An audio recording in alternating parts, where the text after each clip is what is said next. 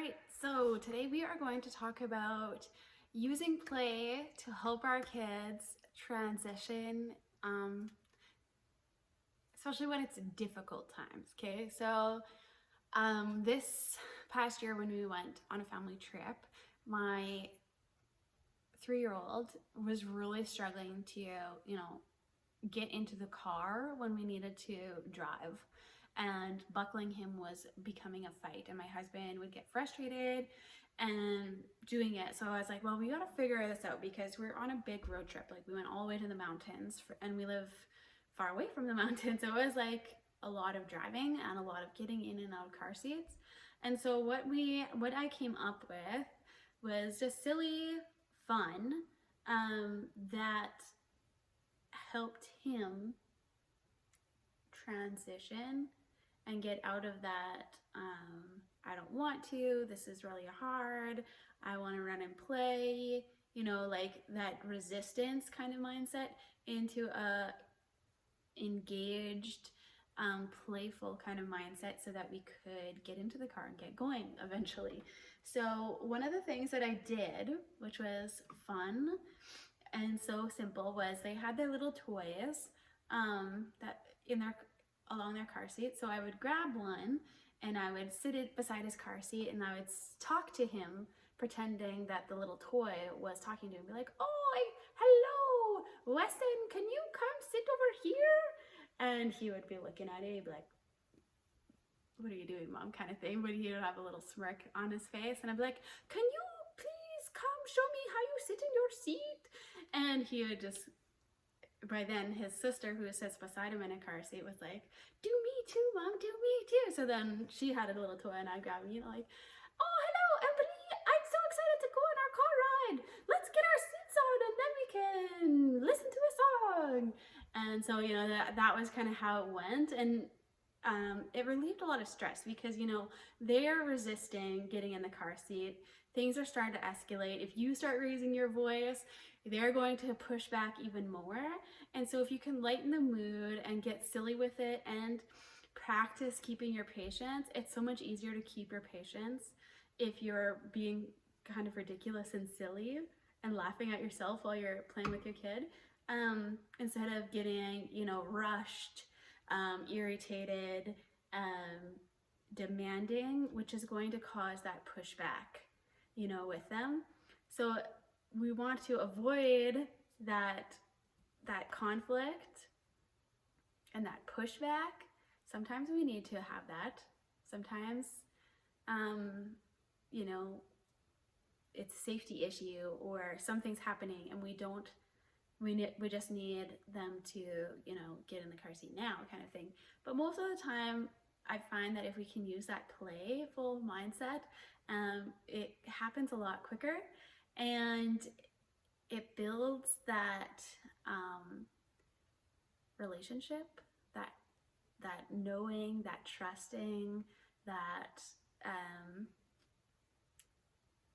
co-regulating, that, we're doing this together as a family, we're going to figure this out, all of our needs matter kind of atmosphere in our home, simply by being silly. So, try it next time. Try it and see what happens. Maybe you're struggling to get them into the stroller, and so you grab their little stuffy and be like, "Oh, I need somebody to help me get into my car seat. Will you hold me while I get into my stroller?" Or whatever, it's a little bit gentler and a little bit more playful approach. So another thing that you could try would be, say you are leaving somewhere and you're expecting a little bit of a struggle leaving that place. Maybe you could be like, "Hey, let's waddle like ducks. Can you be a duck and waddle with me and follow me?" And like get them playing a silly follow the leader game out the door. Maybe you could turn it into a race and be like, "Oh, how fast can you get your shoes on? I'm gonna count and see how fast you can get your shoes on. That one doesn't always work, but sometimes it does, and it's really fun. Okay, maybe you're struggling to get toys. You need them to help you pick up toys. One fun one is like,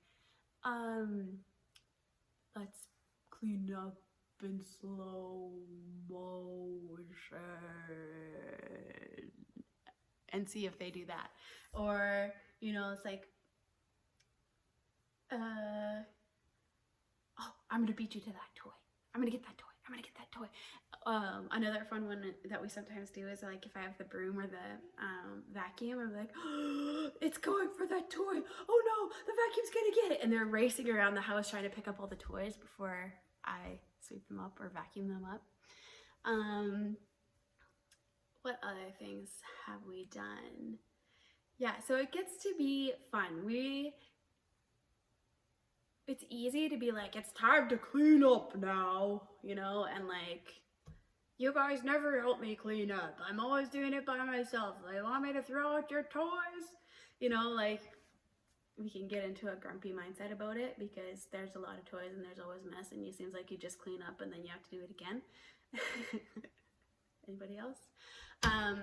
But we can create more play around that. And we can create that atmosphere that we desire. So those are some ideas. I'm just trying to think if there was anything else that would be fun. Oh, if you're having trouble with your kids, you know, sitting down at the dinner table to eat, one thing that we've played is restaurant. The kids call it restaurant. So they call me, they're not quite sure of all the terms, but they say, Mom, you be the restaurant. And I'm like, okay, I'll be the restaurant. So then I pretend that I'm the waiter and I'm like, excuse me, ma'am, would you like some water? And they're like, oh, yes, please. And then you pour them their water and you'd be like, excuse me, ma'am, would you like a bun with that? And then, you know, like you just be it really, play it up. Be as dramatic as you can and be like, oh, excuse me, I see that you're not eating your peas. Would you like some help with that? You know, like however you want to play along with it. There's a million different ways that we can be silly and use play. But if we're stuck in the I'm exhausted mode, I'm too stressed out mode, I just want to get this over with mode, it can feel like there are no options. And I've been there. And I'm still working to get into a more playful mindset, because it does decrease that conflict. It does decrease the stress levels in the home.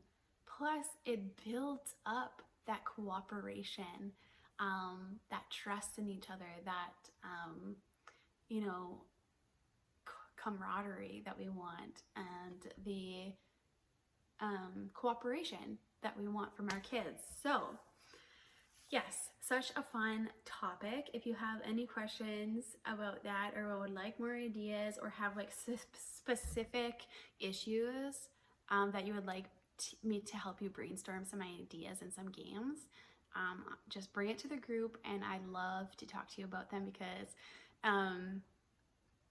it's something that I'm always working on too, you know, like 4 little kids and, you know, a bunch of different interests and a bunch of different things going on. So it's always this challenge for me to see how can we make it more playful? How can we make it more fun? And honoring everybody's needs. So thank you for being here. Thank you for the commitment that you've made to yourself and to your kids, to adding more play in, and we'll talk soon. Bye.